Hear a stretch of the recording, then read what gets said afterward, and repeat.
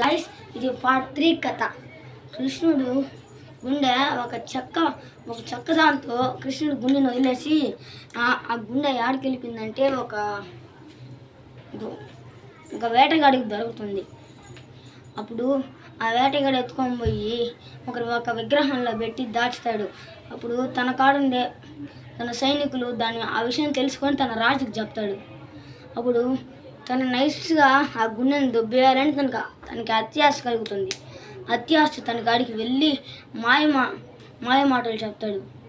తర్వాత నిద్రపోయినప్పుడు కల్లో కృష్ణుడు వచ్చి నా విగ్రహంని నీకు నదిగాడికి పోతే వాడు కనిపిస్తుంది అని చెప్తాడు. కల్లో వచ్చి చెప్పిన వెంటనే తనకు నదిగాడికి పోయి నిజాయితీపరుడు హెల్ప్ కావాల్సి వచ్చింది, వచ్చి లాగుతాడు.